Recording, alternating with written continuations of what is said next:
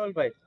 University જે ગતરોજ બનાવ બન્યો હતો, શું બનાવ બન્યો હતો અને તેની અત્યારે શું સ્થિતિ છે? ખાસ કરીને ગુજરાતની અંદર જે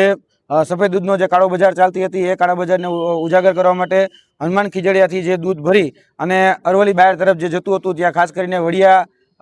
જે છે ગામ ત્યાં એક ટેન્કર જે જતું હતું એનો ફોટોગ્રાફ અમારા દ્વારા લેવામાં આવ્યો હતો. ત્યારે અમારી ઉપર હુમલાનો પ્રયાસ કરવામાં આવ્યો હતો અને અમારી ઉપર જીવલેણ હુમલો કરવામાં આવ્યો હતો. તેને લઈને આજે